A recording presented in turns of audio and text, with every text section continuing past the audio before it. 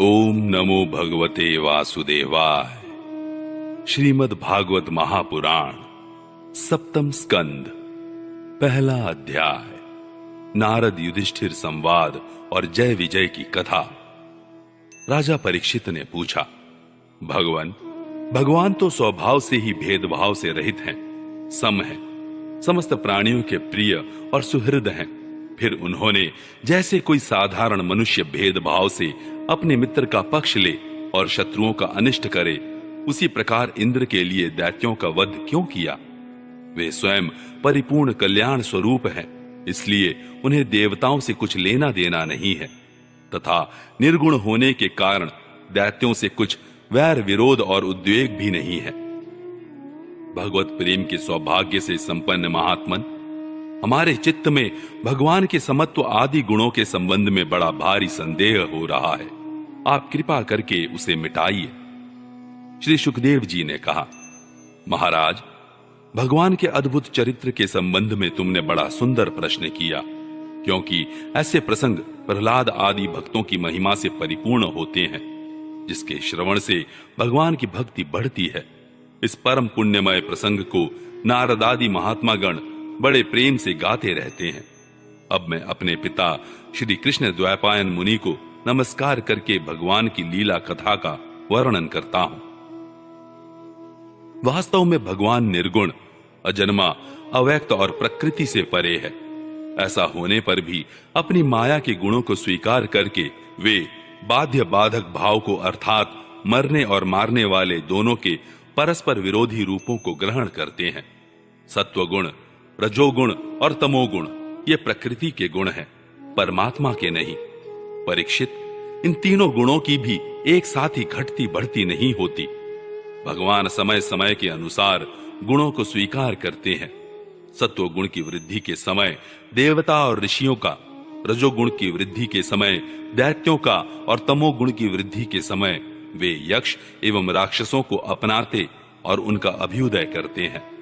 जैसे व्यापक अग्नि, काष्ठ आदि भिन्न भिन्न आश्रयों में रहने पर भी उनसे अलग नहीं जान पड़ती, परंतु मंथन करने पर वह प्रकट हो जाती है, वैसे ही परमात्मा सभी शरीरों में रहते हैं, अलग नहीं जान पड़ते, परंतु विचारशील पुरुष हृदय मंथन करके उनके अतिरिक्त सभी वस्तुओं का बाध करके अंततः अपने हृदय में ही अंतर्यामी रूप से उन्हें प्राप्त कर लेते हैं। जब परमेश्वर अपने लिए शरीरों का निर्माण करना चाहते हैं, तब अपनी माया से रजोगुण की अलग सृष्टि करते हैं। जब वे विचित्र योनियों में रमण करना चाहते हैं, तब सत्वगुण की सृष्टि करते हैं, और जब वे शयन करना चाहते हैं, तब तमोगुण को बढ़ा देते हैं। परीक्षित, भगवान सत्य संकल्प हैं। वे ही जगत की उत्पत्ति के निमित्त भूत, प्रकृति और पुरुष के सहकारी एवं आश्रय काल की सृष्टि करते हैं। इसलिए वे काल के अधीन नहीं, काल ही उनके अधीन है। राजन, ये काल स्वरूप ईश्वर जब सत्वगुण की वृद्धि करते हैं, तब सत्वमय देवताओं का बल बढ़ाते हैं, और तभी वे परम यशस्वी देव प्रिय परमात्मा देव विरोधी रजोगुणी एवं तमोगुणी दैत्यों का संहार करते हैं। वस्तुतः वे सम ही हैं। राजन, इसी विषय में देवर्षि नारद ने बड़े प्रेम से एक इतिहास कहा था। यह उस समय की बात है जब राजसूय यज्ञ में तुम्हारे दादा युधिष्ठिर ने उनसे इस संबंध में एक प्रश्न किया था। उस महान राजसूय यज्ञ में राजा युधिष्ठिर ने अपनी आंखों के सामने बड़ी आश्चर्यजनक घटना देखी कि चेदीराज शिशुपाल सबके देखते देखते भगवान श्री कृष्ण में समा गया। वहीं देवर्षि नारद भी बैठे हुए थे। इस घटना से आश्चर्यचकित होकर राजा युधिष्ठिर ने बड़े बड़े मुनियों से भरी हुई सभा में उस यज्ञ मंडप में ही देवर्षि नारद से यह प्रश्न किया। युधिष्ठिर ने पूछा, अहो, यह तो बड़ी विचित्र बात है। परम तत्व भगवान श्री कृष्ण में समा जाना तो बड़े बड़े अनन्य भक्तों के लिए भी दुर्लभ है। फिर भगवान से द्वेष करने वाले शिशुपाल को यह गति कैसे मिली? नारद जी, इसका रहस्य हम सभी जानना चाहते हैं। पूर्व काल में भगवान की निंदा करने के कारण ऋषियों ने राजा वेन को नरक में डाल दिया था। यह दमघोष का लड़का पापात्मा शिशुपाल और दुर्बुद्धि दंतवक्त्र दोनों ही जब से तुतलाकर बोलने लगे थे, तब से अब तक भगवान से द्वेष ही करते रहते हैं। अविनाशी पर ब्रह्म भगवान श्री कृष्ण को ये पानी पी पी कर गाली देते रहे हैं। परंतु इसके फलस्वरूप न तो इनकी जीभ में कोढ़ ही हुआ और न इन्हें घोर अंधकारमय नरक की ही प्राप्ति हुई। प्रत्युत जिन भगवान की प्राप्ति अत्यंत कठिन है, उन्हीं में ये दोनों सबके देखते देखते अनायास ही लीन हो गए। इसका क्या कारण है? हवा के झोंके से लड़खड़ाती हुई दीपक की लौ के समान मेरी बुद्धि इस विषय में बहुत आगा पीछा कर रही है। आप सर्वज्ञ हैं, अतः इस अद्भुत घटना का रहस्य समझाइए। श्री सुखदेव जी कहते हैं, सर्वसमर्थ देवर्षि नारद राजा के ये प्रश्न सुनकर बहुत प्रसन्न हुए। उन्होंने युधिष्ठिर को संबोधित करके भरी सभा में सबके सुनते हुए यह कथा कही। नारद जी ने कहा, युधिष्ठिर, निंदा, स्तुति, सत्कार और तिरस्कार इस शरीर के ही तो होते हैं। इस शरीर की कल्पना प्रकृति और पुरुष का ठीक ठीक विवेक न होने के कारण ही हुई है। जब इस शरीर को ही अपना आत्मा मान लिया जाता है, तब यह मैं हूं और यह मेरा है ऐसा भाव बन जाता है। यही सारे भेदभाव का मूल है। इसी के कारण ताड़ना और दुर्वचनों से पीड़ा होती है। जिस शरीर में अभिमान हो जाता है कि यह मैं हूं, उस शरीर के वध से प्राणियों को अपना वध जान पड़ता है। किंतु भगवान में तो जीवों के समान ऐसा अभिमान है नहीं, क्योंकि वे सर्वात्मा है, अद्वितीय है।